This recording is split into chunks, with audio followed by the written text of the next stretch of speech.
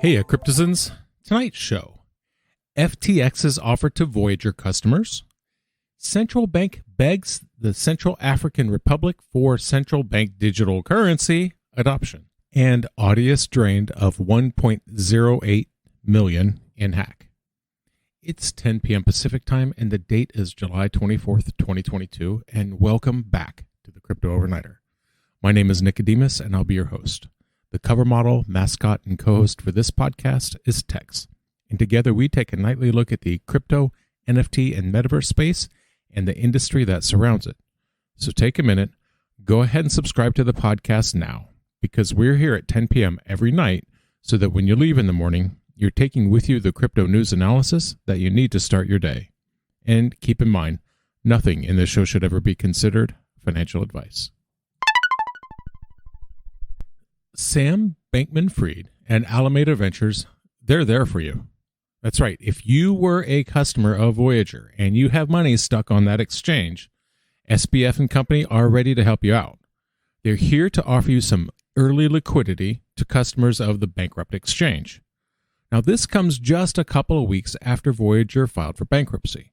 We covered here on July 6th of this year. Voyager Digital filed for Chapter 11 bankruptcy. Now, this is important because it's the kind of bankruptcy where you get to keep working. You keep earning while you try to get yourself out of your financial difficulties. This is also not the first time that Sam Bankman-Fried and Alameda have stepped in to offer Voyager a hand. They've already given Voyager a loan of $200 million in cash in USDC and 15,000 Bitcoin. FTX put out a press release detailing their plan on Friday. In that press release, they're saying that FTX is working with West Realm Shires. West Realm Shires is the parent company that owns both FTX US and Alameda Ventures. And their goal is to let Voyager customers create new accounts on FTX.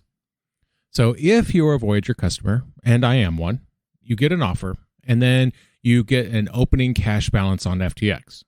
That cash balance reflects the value of your digital assets on Voyager as of July 5th.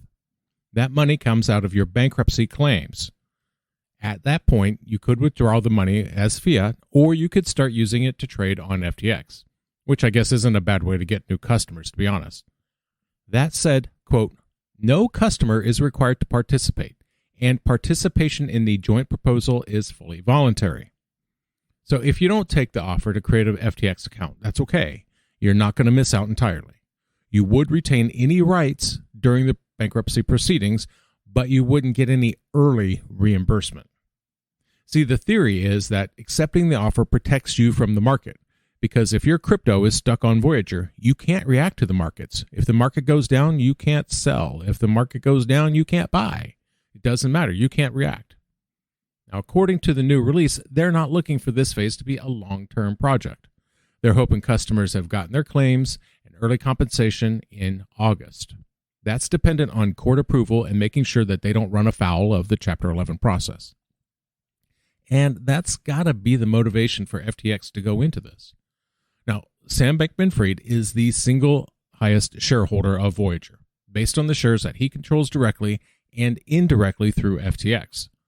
More than any other investor, retailer, or institutional alike. So Sam is going to take care of Voyager, but only so much. FTX is not buying the loans that Voyager made to Three Arrows Capital, which has gone to bankruptcy, which is a thing that some lenders do. They'll offer a struggling lender pennies on the dollar for their loans. It can be seen as a way to pick up assets on the cheap if you've got the time to wait and the stomach for the risk. It would appear that FTX does not, in fact, have stomach for Three Arrows Capital contagion loans. Because while they've said they want to buy all of the Voyager digital assets and the asset loans, they're not interested in the Three Arrows Capital contagion. And I can't blame them. I don't think that there's much of a chance that Three Arrows Capital's creditors are going to be made whole. Once the biggest part of their crypto assets got liquidated, it seemed to be pretty much over. So FTX is not going to buy those Voyager to 3AC loans. They did say that they expected any recoveries from those loans to go toward funding other distributions. That would be funding that goes to making Voyager customers whole. That's regardless of whether they opened up an FTX account or not. In the press release, SBF said, quote, "The goal of our joint proposal is to help establish a better way to resolve an insolvent crypto business, a way that allows customers to obtain early liquidity and reclaim a portion of their assets without forcing them to speculate on bankruptcy outcomes and take one-sided risks." Now, as far as FTX's offer goes, I'll have to think about it. I've never been on FTX as an exchange, so I should check that out anyway. I will really miss Voyager's app interface, but that cool interface doesn't help me get any money off that exchange. Now remember, this is still just an offer. FTX is asking Voyager to give a thumbs up or thumbs down to this proposal by Tuesday. So if Tuesday comes and Voyager gets the go-ahead, then FTX will start working with the courts. They'll try for an expedited approval and then closing the deal by the 17th of August. So that means that Voyager would still be eligible to go after those Three Arrows Capital funds. Bankrupt or not, Three Arrows Capital owes them that money, and any funds recovered would be a separate reimbursement outside of any deals with FTX. The market is looking nice and healthy today, especially for a Sunday. It's usually a dump on Sundays. At the time of writing, the global crypto market cap is $1.04 trillion. It's up 1.39% in 24 hours. The top 5 cryptos by market cap are Bitcoin up 0.75%, Ethereum up 3.48%, Tether, USDC, and Binance Coin up 1.18%. Central bankers gonna play central banker games. And the latest hotspot in this case is the Central African Republic. Now, last April, we covered it here on the show. That's when the Central African Republic, or the CAR, they passed some legislation. And this legislation adopted Bitcoin as legal tender. Well, the Bank of Central African States wasn't too thrilled with this development. The Bank of Central African States, I'm just going to call them the bank, they serve more than just the Central African Republic. So don't let the name fool you. They both have Central African in their name, but that's about it. So like I said, the bank serves more than just the Republic. They also cover Chad, Cameroon, Equatorial Guinea, Gabon, and the Republic of the Congo. Well, they're apparently clamoring for a CDBC, Central Bank Digital Currency, which CBDCs are horrible, so of course they are.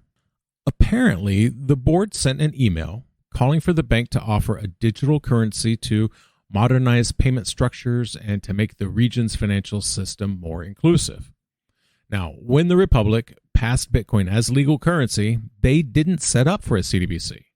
Now, as such, a central bank digital currency is not legal money in the Republic, but Bitcoin is, which seems like how things should be.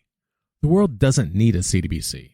Some good, dependable, fully backed stablecoins? Absolutely. But another tool of central banks to exert influence and control? No thanks. That said, I think this is much ado about nothing. Frankly, I don't see Bitcoin's adoption in the Republic to be the big win that some folks are saying that it is. Most of the citizens, and this is true for most, if not all of the sub-Saharan African nations, access to electricity is limited. For the Republic, access to electricity is among the lowest on the planet. 15.5%. That's the percentage of their citizens that have access to electricity.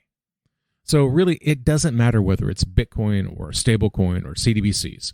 If your customer base doesn't have reliable electrical access, much less access to the internet, you're going to have a hard time making it work. The global NFT market cap is down 11.74%.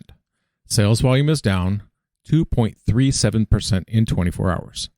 According to CoinMarketCap, the top 5 NFT collections by sales volume are Otherside, followed by Mutant Apes, Bored Apes, Dummy NFT, and CloneX.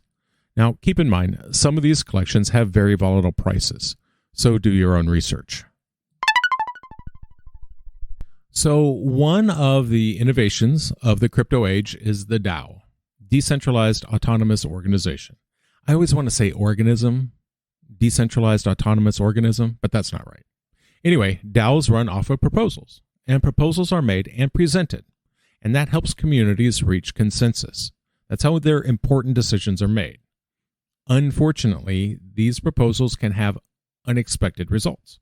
There was a DAO recently that had a controversial vote pass on a proposal. It was the Soul End DAO, and the proposal was made to seize the whale's holdings. They were afraid that the whale was going to miss a margin call on a loan.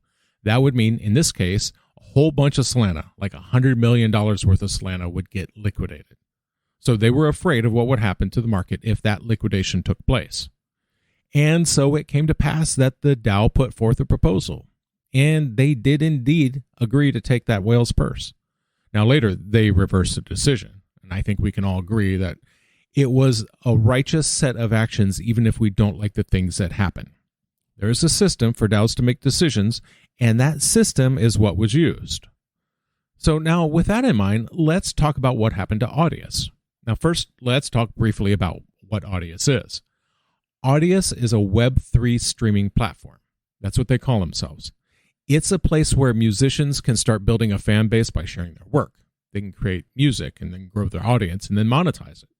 Some artists on Audius include Katy Perry, Skrillex, and Deadmau5. Now, the Audius DAO has a coin called Audio. Well, apparently, a malicious hacker decided that Audius had too much audio and decided to help themselves. So they submitted a proposal. Proposal number 85. Proposal 85 was a request to transfer 18 million audio tokens, and this proposal was allegedly approved by community voting. That last, however, is suspect at best. A member of crypto Twitter, Spreakway, they called out that the attacker's proposal was set up to, quote, be able to call initialize and set himself as the sole guardian of their governance contract.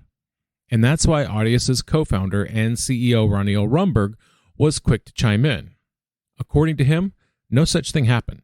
The community did not pass the proposal. He said, this was just an exploit, not a proposal proposed or passed through any legitimate means. It just happened to use the governance system as the entry point for the attack. So an internal investigation showed that, yes, indeed, an unauthorized transfer of audio tokens did indeed happen from the company treasury. So they stopped all the smart contracts and all the audio tokens on the Ethereum blockchain. That didn't last long, and then they turned transfers back on. They explained it as, quote, remaining smart contract functionality is being unpaused after a thorough examination mitigation of the vulnerability. As it turns out, according to blockchain investor PeckShield, the culprit is in the way that Audius's storage layout is set up. Wading through the technical jargon, it appears that the problem was inconsistent storage design. This caused a conflict with the Treasury contract. That disabled an important variable. So, as it stands, the hacker stole 18 million tokens. That's worth $6 million. Unfortunately, they dumped it for a total of 1.08 million. Now, Rumberg has said that the hack has been patched and cannot be repeated, and that the community treasury is safe from exploit, as they are kept separate from the foundation's treasury. And that's going to do it for us tonight. I want to thank you, my listeners, because when you stop listening, I will stop talking. You stay safe out there. Watch out for yourselves, but watch out for each other too. We'll see you tomorrow night.